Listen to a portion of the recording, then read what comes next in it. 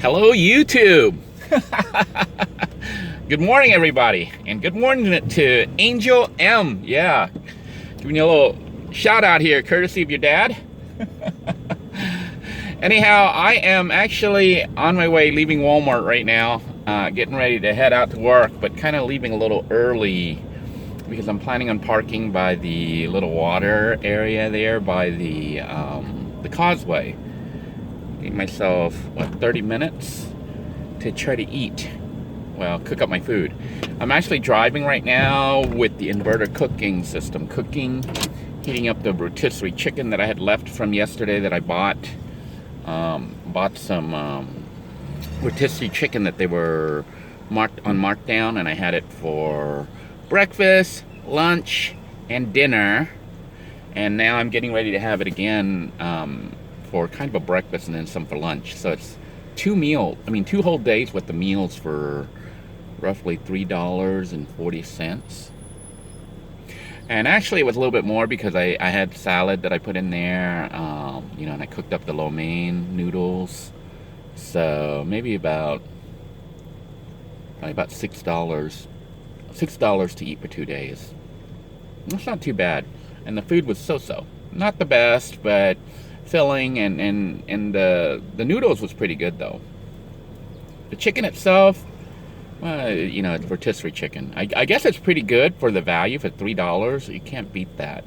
But I actually eat that chicken so much. I know some of you on here hardly see me showing myself eating chicken.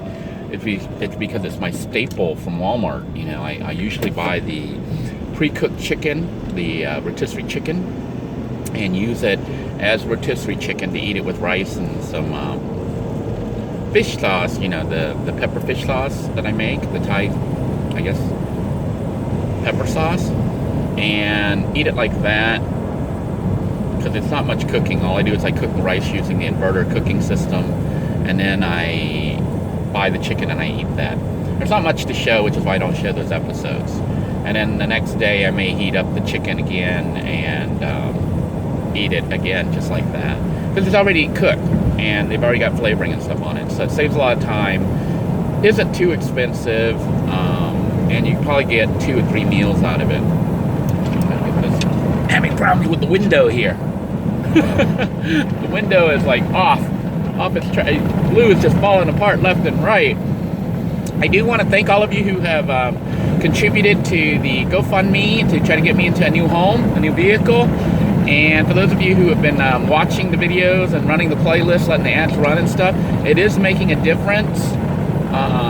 The income for the channel has gone up by about $100 to $200, roughly $150, just over 1 month. That's pretty good, from viewers just watching all the videos, running the playlist, letting the ads run through, and helping me out in that way. And those of you who donated directly via GoFundMe or PayPal, thank you so much. It is appreciated. I think we're up total right now. We're up to about a little under $1,000, about $900 to $1,000. After they deduct all their fees and stuff, they're going to deduct probably about 10-15% total when you take out all the fees and charges and stuff. So we've got maybe about $800 available to buy another van, which would probably put me in a van that's in the same condition as Little Blue 2 or worse, unless I really luck out. So I'm still holding off on that, trying to raise some more money. I know some of you have suggested raising the cap even more, which would get me a better vehicle. The problem is, I don't think we're going to be able to raise that much. The campaign's been out, about 2 weeks, I think, and we're at about $800, which is fine. That $800 is more than I had, and $800 is actually peace of mind, because if you've been following this at all, then I'm like pretty much running on empty. I'm always like one step behind the state trying to suspend my license, because I still have to pay child support, which is what I do with any additional income. Like right now, I worked the past 2 weeks at the Kennedy Space Center, but only 4 days each because I had doctor's appointments and whatnot. That'll be extra money, icing on the cake, that I can apply towards saving to get another vehicle or emergency funds, which I had none, which is terrible. And I think that, you know, if you're a van dweller or planning on dwelling in a van, you do need to account for that. You do need to have some sort of emergency fund, because as you can see, you can have all sorts of vehicle issues. Little Blue 2 is running fairly well right now, thanks to the guys at Express Tech Auto, to Charles and all the other people who contributed to trying to get it repaired. And I know some of you thought it was foolish to repair a van that's in this condition versus just trying to put the money towards a new one. If you had no home and you were in a van and it was about to die and you didn't have enough money for really another vehicle that would, you know, that you think could actually last longer than 2 weeks, and you spend that money on the new vehicle and let the old one go, you could end up having nothing, no roof over your head at all. I know if you're saying that and you're living at home, you may not relate or understand the implications of what happens when you get rid of the house you're living in. That is also your transportation vehicle that's allowing me to get to work right now and see my kids, you know, pick them up and travel around with them. But that's why that decision was done, and I think it was the correct one, even though it might seem wasteful to spend a couple $100s on a vehicle that, you know, has got a very limited, you know, the handwriting's on the wall that Little Blue 2 is at the end of her life cycle. But she's still functioning right now. She's still protecting me. She's protected me these past 2 weeks. I'm still working. I'm driving. Matter of fact, I was even able to take a road trip with my kids to St. Augustine, you know, which some of you will look down on that and say, why are you doing that? Well, I'm doing that because I hardly get to see my kids, and when I do, I try to do things with them. You know, we didn't really spend a lot of money at St. Augustine, just mostly in gasoline and food. Okay, we are almost at the little park, which I'm going to pull over here in a moment. Don't want to miss that exit. Did you miss that exit? You know, you're off at Kennedy Space Center. But I am going to be heading back into Brevard County this weekend, I guess, to get some business settled and done. And also, we'll be heading out to Express Tech Auto, who are going to try to look at the air conditioning system on Little Blue 2. See if they can't get it working. Now, they told me they're going to do it at no cost, which to me is like so generous and kind of them. And if they got actually were able to get the AC working, that would be amazing. And it'll be the best that Little Blue's been, actually, since I've had her, because she never had working air conditioning. And some other stuff I started thinking about. Let the car run here, because I have rotisserie chicken cooking right now. It's not cooking, but it's heating up. So I'm planning on eating some of the rotisserie chicken and taking the rest of it to finish it off today at work as pretty much lunch. 2 days with the rotisserie chicken. I'm sick of chicken, but it is food, and it is saving money by, you know, recycling and eating the same food over and over until it's all gone. But anyhow, I was doing some thinking. I'm trying to open the car here. Good, we can get some air. Things not gonna beep and go crazy. But I was looking at the money that we have, and roughly we have about $800 that could be spent on another vehicle. And I did see a couple vehicles, and some viewers sent me links to vehicles that were in the $800 range, and they were for minivans, similar to Little Blue 2. Some of them were 2002, I think it was a Town and Country or Dodge Caravan. Thank you so much, Paul, for sending that link. And it looks like it might be an okay vehicle. The problem I have with it is that it's a $800 vehicle that may have like very high miles, just like this one did. And it may run for a while, maybe 2 weeks, maybe 2 months, maybe 6 months, and then we're going to be in the same problem again, situation. And I'm trying to avoid that. You know, this vehicle, I bought it initially as an emergency move. You know, I had a Little Blue 1 that I had for a while, and then when that one got hit, rear-ended, I had to quickly get a vehicle. And I got this one, Little Blue 2, for, I think I paid $800 or $900 for it. And it did pretty well, but after about 6 months or a year, some problems started. You saw with the injector and all that other stuff. And that was very expensive to try to diagnose and repair. I know some of you are mechanics and could probably do this at cost, which would, total repair for you on everything that's been done for Little Blue 2 in the past 3 years, we'd probably run under, under $400 or $500. But that's still a lot of money to be spending on a van for repairs. But because I'm not a mechanic and I had to pay to have it towed, I had to pay to have it looked at, then I had to buy the parts, and it went through all that stuff. Almost $2,000 has been sunk into Little Blue 2 over 3 years, which is kind of expensive and could have bought me a better van. But the thing is, I didn't have $2,000 up front. Some of you may forget that. It's like you can only afford what you can afford at any given moment. So even though $2,000 was spent on repairs of Little Blue 2, it wasn't all at once. It was over a period of 3 years. So overall, Little Blue 2 did prove to be a very good value, and has kept me alive and still continues to do so. She's gotten me all sorts of work, from the knife gig to even Walmart for a while, and now, at Kennedy Space Center, which I'm still going to be looking for additional better jobs, but we'll be trying to apply directly, to see if I can't get a job here or elsewhere, because I do need something stable. The temp job is good when it's there, but like next week they don't have anything scheduled. Lately they've been calling at the last minute to schedule things, so I try to make plans at least a week or two in advance. For the person wanting to visit me and stuff, the best way to contact me is probably through email. I'm going to reply to you on the video that you commented, but contact me through email, because if you put all your public information on there, people are going to start hounding you and stuff, and even me. And even if we told where we were going to meet, you could get the trolls and just crazy people showing up and causing trouble. So that kind of stuff should be done through email, and I will go ahead and ask you, if you're going to contact me through email, and then send your phone number.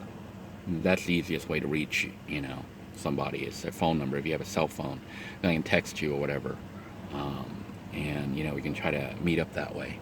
I'm going to try to meet that person this weekend, because they said they were coming up this area. I hope they're not planning on coming up to Kennedy Space Center, because I'm not going to be here. My shift will be done, and I'm going to be back in Brevard County trying to get Little Blue 2 working again, the air conditioning, and cleaning her out and straightening her out. Maybe give you guys that tour again once she gets finished, before she gets replaced. But I do have an issue with trying to figure out what vehicle to use to replace, or what to do exactly to try to basically not just band-aid myself, but try to move forward and put myself into a more stable situation. And I thought about it, and it's like, I got all these little rules that I have to follow, and they're not like hard set rules, but they're rules that I have to make for myself because of my situation. And one of them is this: whatever vehicle I get, okay, I need to be able to pick up my children in it. So already, that means that I can't really get like a mobile home, which I did see one that I might be able to try to work out a deal with. And that a mobile home would be really nice, because it would be a more permanent type situation with a home, and I could live in it, and my wife could potentially move back in with me, and the kids could visit there, and we would have a home. The problem with a mobile home, or an RV or whatever, is one, cost. They can be kind of expensive to maintain, and they a lot of times require specialists to work on, an RV specialist, and a lot of them have leaky roof, all sorts of systems problems, including plumbing and other things like that. I could live in it and not use the plumbing, and just continue to use it like I would with the van and stuff, and use a composting toilet and whatnot.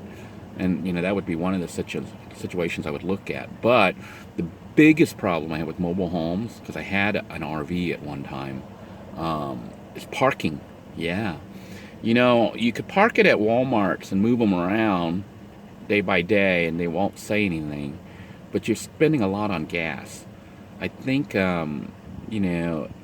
maximum gas mileage on most of these things you're going to get is about 10 or 12 miles per gallon, and a lot of them get like 6 or 8 miles per gallon if you get the big ones. So you're very limited on where you can go. I know it doesn't seem like a lot, until you realize that driving from Melbourne to Cape Canaveral is 70 miles. That would be what? 70 miles divided by roughly $3 a gallon. That would, I mean, it costs $3 a gallon, and you get 70 miles, and you're going through 10 gallons. That's $30, $40 just for one way.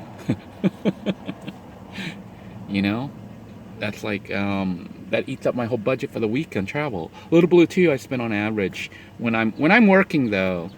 It depends on where and how, but on average I spend about $30 to $40 a week in gasoline, running around and going back and forth to work.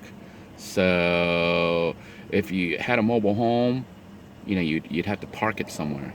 And if you have to pay for parking, a mobile home, in a park or something like that, they charge upwards of $350 to $700 to park each month. And then if you could find somebody who has a yard, if they'll allow you to park there and the city doesn't say anything, you might be able to get away with doing it for $100, $150 or more. But then you have to drive your van or your car or whatever to get back and forth to work. So you can see there's issues. And what do you do when you drive the mobile home and you want a car or whatever? And the other thing is, how can I carry my kids in it? I can't take my kids out and do things. I mean, I could, but it's a mobile home. It's huge. It's like 3 times the size of this van. So I thought about it. A mobile home would be worth getting if I could get some land somewhere, my land, and the city or the county or the police don't give me a hard time about it. Then I could actually park it and live in it and get a car or something and drive it back and forth to work and pick up the kids. That would be a solution that could be done. The other thing is even getting a full-size van. Most full-size vans that I see, like cargo vans, are empty. They don't have any seats. So already that option's kind of out because I have to have seating for my 2 children. Sometimes my wife. I got to carry, this vehicle can carry 5 people total still, even though it's, you've seen it set up for me to live in and stuff. When I flip the seat up, I can carry 3 in the back if I need to and 1 up front. So that's a total of 4 passengers in addition to the driver. So getting a full-size van, I've looked at conversions, which would be nice and large, and I think they get roughly 12 miles per gallon, 12 to 16 miles per gallon if you're lucky, which is kind of a compromise. It would give more space potentially, but it's really not too much more space. I had a conversion van before, so I know, but it was a shorty. So if I got one, I would want a full-size or an extended van. If I could get a conversion with a high top, that would be better. You could stand up in it, sort of, and it'd just give a little bit more room, especially for 2 people in case my wife decides she might want to drop one of the jobs and then stay with me in the van. But I don't know. She's not used to van life. It is kind of hard. It is not as easy or glamorous as some of these channels make it appear to be. Everything, if you've been watching this at all, that cooking, going to the bathroom, even doing laundry and things like that become an issue. It's not an issue for everyone, but it is for somebody who's used to having, a washing machine and a dryer right in their house or whatever, or being able to cook whenever they want and having a refrigerator and going to the bathroom whenever you want. And, it's an adjustment, and some people can do it. Some people have a very hard time doing it, and just even sleeping in different places and having all the noises of a parking lot, or if you're out in the wilderness and stuff like that, getting a flat tire out there, being stuck by yourself. There's a lot of things that go into van dwelling that we might talk about in another episode, but I'm looking at my time, and believe it or not, my time is up. I've got to get ready to go to work, so I'm going to sign out for now. We'll continue this conversation later, but just wanted to thank everybody for your support. For those of you who are directly contributing to Patreon or PayPal, and for those of you who have been running the playlist, it is making a difference, and I am holding on to that money. I haven't even cashed any of it out. I'm letting it build up to see how much we can get to roughly plan what kind of vehicle I can get. But as of right now, as of today, if nothing else changes and I don't get land or something that I can park on, where I can have a larger vehicle that's like a house or even a mobile home that can be towed over there, I'm looking at, after weighing all the pros and cons, getting another minivan. Yeah. It's not my first choice for living full-time in, but for versatility, I'd have to get one that has seating too, just like this. Maybe even the same kind of vehicle. It's crazy. Maybe even the same vehicle.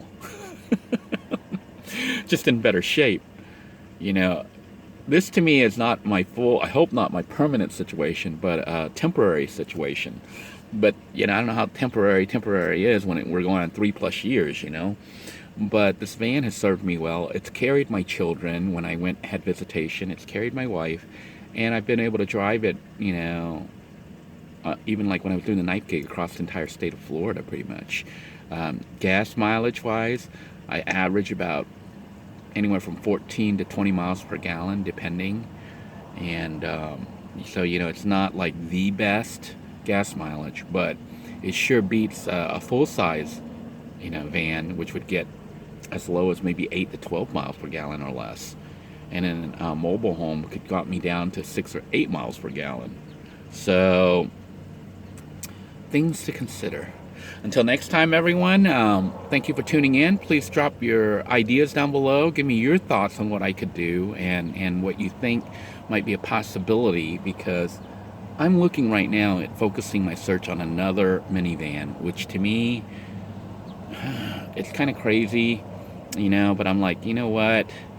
I've got to look at functionality and my requirements. And my requirements are, I need a vehicle that I can carry my kids in.